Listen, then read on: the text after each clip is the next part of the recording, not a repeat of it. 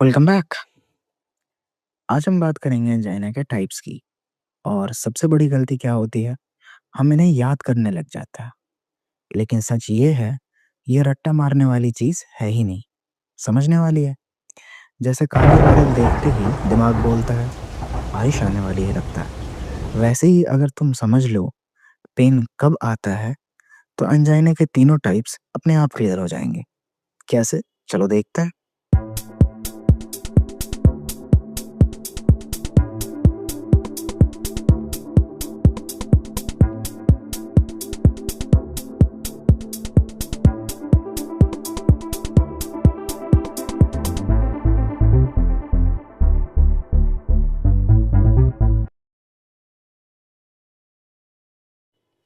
हमारे हार्ट को 24/7 blood pump करने के लिए एनर्जी की ज़रूरत होती है।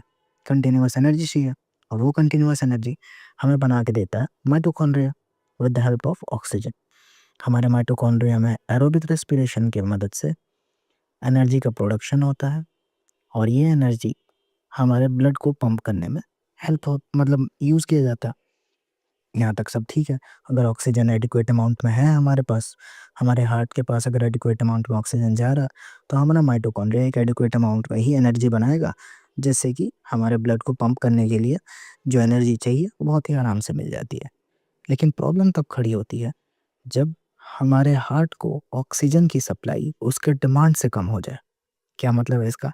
मान के चलो कि हमारे हार्ट को 20 एमएल ऑक्सीजन की ज़रूरत है। हार्ट ब्लड को नॉर्मली अच्छी तरीके से पंप करने के लिए, सही से काम करने के लिए 20 एमएल ऑक्सीजन की ज़रूरत है। लेकिन हमारे हार्ट के पास जो सप्लाई जा रही है, हार्ट मसल के पास सप्लाई जो जा रही है, वो 10 एमएल की जा रही है। मतलब कि हार्ट की सप्लाई हमारे डिमांड से कम है। तो अगर सप्लाई कम है, तो एनर्जी भी कम बनेगी। एनर्जी कम बनेगी, तो पंप करने में हमारे हार्ट को दिक्कत होती है। तो हमारे हार्ट को सही से ब्लड पंप करने के लिए, क्योंकि अगर हमारा हार्ट सही से ब्लड अगर पंप नहीं करेगा, तो हमारे बॉडी की नीड्स पूरी नहीं हो पाएँगी। तो हमारी बॉडी की नीड्स पूरी करने के लिए, ब्लड सही से पंप करने के लिए हमारे हार्ट को मजबूरन एनर्जी बनाने के लिए एरोबिक एनएरोबिक रेस्पिरेशन पे शिफ्ट होना पड़ता है। एनारोबिक रेस्पिरेशन पे शिफ्ट होता है, जिससे एनर्जी तो मिल जाती है, टेम्परेरी एक एनर्जी तो मिल जाती है हमारे हार्ट को, लेकिन उससे एक बहुत ही डेंजरस बाई प्रोडक्ट बनता है। इस डेंजरस बाई प्रोडक्ट का नाम होता है लैक्टिक एसिड। ये लैक्टिक एसिड क्या करता है कि हमारे पेन रिसेप्टर्स को जाके इरिटेट करता है। इस इरिटेशन से क्या होता है कि हमारे सीएनएस को एक मैसेज जाता है कि चेस्ट के पास पेन रिसेप्टर्स को कोई इरिटेट कर रहा है। इसका मतलब हमें पेन फील होता है चेस्ट के पास, और उस चेस्ट पेन को हम एंजाइना पेक्टोरिस कहते हैं। होगा क्यों ये?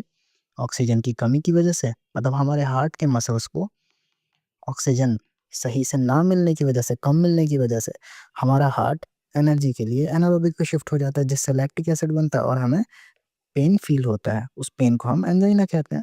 तो मतलब सारी दिक्कत ऑक्सीजन की है। अब इसी बेसिस पे इस बे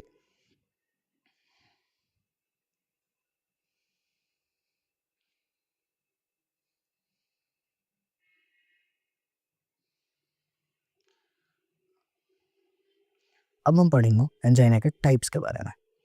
कुछ एंजाइना प्रेडिक्टेबल होते हैं, कुछ जानलेवा भी हो सकते हैं। तो हम देखेंगे कौन सा प्रेडिक्टेबल है, कौन सा जानलेवा है, कौन सा नॉर्मल है।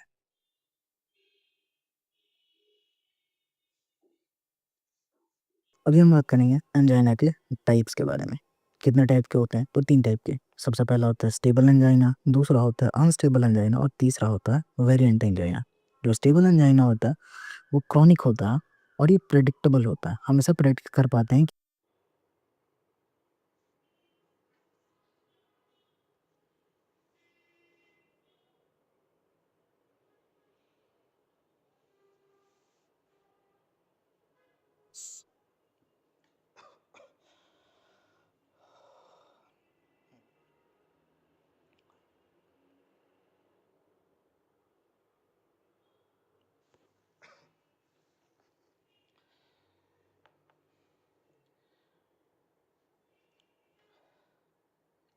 सबसे पहले बात करते हैं हम स्टेबल एंजाइना की। तो आजकल की लाइफस्टाइल में ऑयली फूड और कोलेस्ट्रॉल बहुत ज़्यादा हो गया, बहुत ज़्यादा कॉमन हो गया।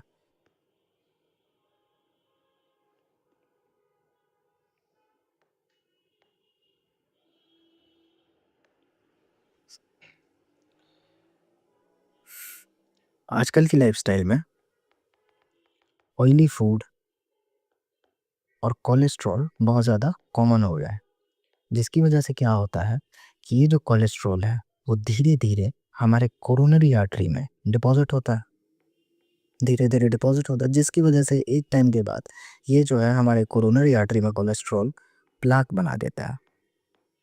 ये प्लाक हमारे कोरोनरी आर्टरी को कंप्लीटली ब्लॉक तो नहीं करता, लेकिन नैरो कर देता है, जिसकी वजह से ब्लड की सप्लाई वो थोड़ी कम हो जाती है। और नॉर्मली क्या होता है कि रेस्ट के टाइम पे हमारे हार्ट को इतनी ऑक्सीजन मिल जाती है कि उसे आराम से ब्लड को पंप करने में कोई दिक्कत नहीं हो जाती। ऑक्सीजन मिलने की वजह से एनर्जी बन जाती है, जिससे ब्लड पंप करने में कोई दिक्कत नहीं होती। लेकिन जब हम एक्सरसाइज करते हैं, रनिंग करते हैं या फिर स्टेयर्स चढ़ते हैं, तो उस केस में हमारे हार्ट को ज़्यादा पंप करने की ज़रूरत पड़ती है, जिसकी वजह से हमारे हार्ट को ज़्यादा ऑक्सीजन की ज़रूरत पड़ती है, नॉर्मल से ज़्यादा ऑक्सीजन की ज़रूरत पड़ती है। लेकिन इस आर्टरी के नैरो हो जाने की वजह से, नैरो हो जाने की वजह से हमारे हार्ट को उतना ब्लड मिल नहीं पाता जितना कि मिलना चाहिए। ज़्यादा अभी हमें हमारे हार्ट को ज़्यादा ब्लड की ज़रूरत है, लेकिन उतना ब्लड मिल नहीं पाता, मतलब उतनी ज़्यादा ऑक्सीजन मिल नहीं पाती। अब यहाँ फिर से ऑक्सीजन की सप्लाई कम हो गई हमारे हार्ट को। ऑक्सीजन की सप्लाई कम होने की वजह से हमारा हार्ट फिर से एनारोबिक रेस्पिरेशन पे शिफ्ट होगा, जिससे लैक्टिक एसिड बनेगा और हमारे हार्ट में फिर से चेस्ट पेन होगा। कहने का मतलब ये है कि जो नॉर्मली जब हम रेस्ट पे थे तब सब कुछ ठीक था, लेकिन जैसे ही हम एक्सरसाइज या रनिंग या स्टेयर्स लिया हमने, तो हमारे हार्ट चेस्ट में पेन हो रहा है। इसका मतलब चेस्ट पेन का कारण है ये, हम ये जो एक्सरसाइज है, रनिंग है, स्टेयर्स है, तो ये प्रेडिक्टेबल हो गया। हम ये कह सकते हैं कि जब भी मैं एक्सरसाइज करता हूँ या रनिंग करता हूँ या फिर स्टेयर्स लेता हूँ या फिर ऐसे जो भी काम जैसे कि हार्ट रेट बढ़े वो करता हूँ, तो मेरे चेस्ट में पेन होता है। मतलब ये प्रेडिक्टेबल है। ये वाले इस टाइप के एंजाइना को हम कहते हैं स्टेबल एंजाइना, जो प्रेडिक्टेबल होता है।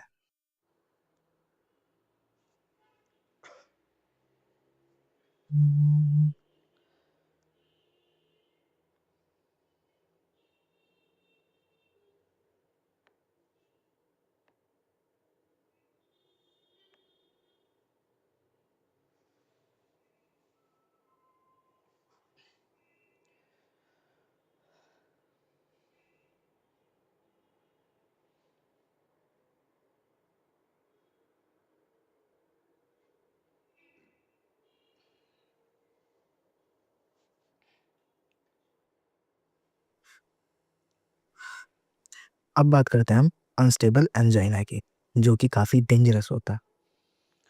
इसमें कोरोनरी आर्टरी में ये जो प्लाक बना हुआ है, ये सडनली रप्चर हो जाता है। इसके रप्चर होने की वजह से हमारी बॉडी को ये लगता है कि ब्लड वेसल में इंजरी हो गई है। ब्लड वेसल में इंजरी का मतलब ब्लीडिंग का खतरा, कि ब्लड वेसल में इंजरी हुई है तो हो सकता है ब्लीडिंग हो जाए।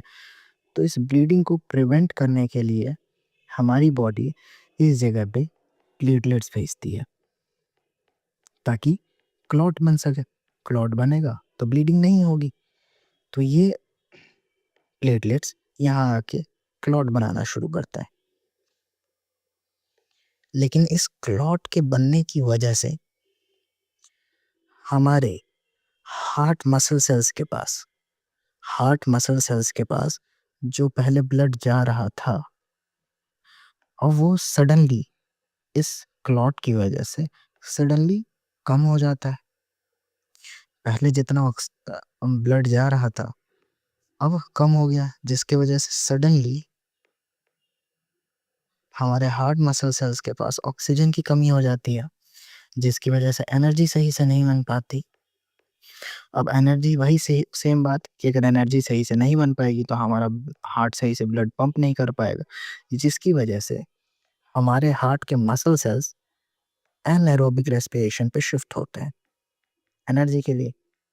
एनारोबिक रेस्पिरेशन में भाई एनर्जी तो मिल जाती है, टेम्पररी एनर्जी मिल तो जाती है, लेकिन इसके साथ लैक्टिक एसिड का प्रोडक्शन होता है जो कि पेन रिसेप्टर्स को इरिटेट करता है, जिसकी वजह से चेस्ट पेन शुरू होता है। अब इसमें सबसे डेंजरस बात क्या है कि ये जो रप्चर हुआ है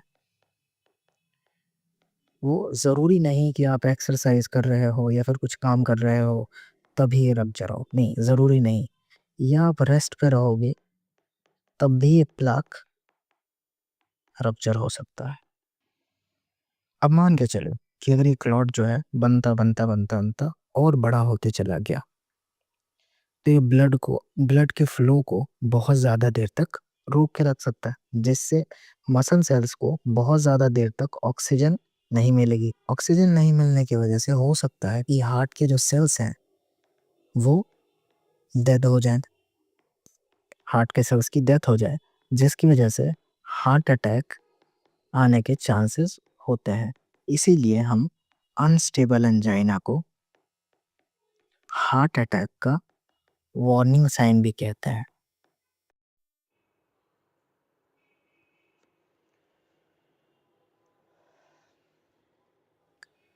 अब हम बात करेंगे वेरिएंट एंजाइना की, जो कि थोड़ा डिफरेंट है।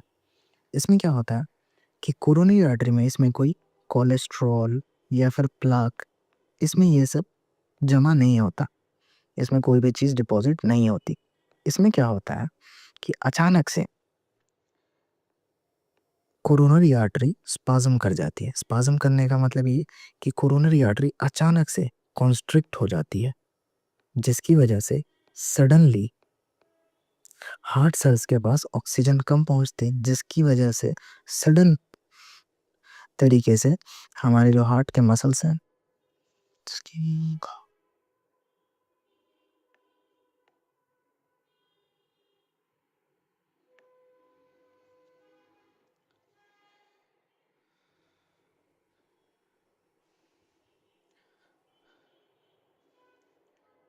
अब बात करते हैं वेरिएंट एंजाइना की, जो थोड़ा डिफरेंट है। इसमें कोरोनरी आर्टरी में कोई कोलेस्ट्रॉल या फिर प्लाक का फॉर्मेशन नहीं होता। इसमें क्या होता है कि अचानक से जो कोरोनरी आर्टरी है स्पाज्म कर जाती है। स्पाज्म मतलब कि कॉन्स्ट्रिक्ट हो जाती है, अचानक से कोरोनरी आर्टरी कॉन्स्ट्रिक्ट हो जाती है, जिसकी वजह से ब्लड अचानक से कम जाने लगता है हमारे हार्ट के मसल सेल्स के पास, जिसकी वजह से ऑक्सीजन कम जाता है, जिसकी वजह से हमारा हार्ट जो है वो एनारोबिक रेस्पिरेशन पे शिफ्ट होता है एनर्जी के लिए, क्योंकि ऑक्सीजन नहीं है तो एनर्जी सही से बन नहीं पा रही थी, जिसकी वजह से एनारोबिक रेस्पिरेशन पे शिफ्ट होता है हमारा हार्ट, जिससे लैक्टिक एसिड का प्रोडक्शन होता है और चेस्ट पेन होता है, सडन चेस्ट पेन होता है। ये है वेरिएंट एंजाइना। ये तो हो गए एंजाइना के टाइप्स जो कि आप इजीली समझ गए। ये तो थे एंजाइना के टाइप्स जो आप इजीली समझ गए। नेक्स्ट टॉपिक में फिर मिलते हैं।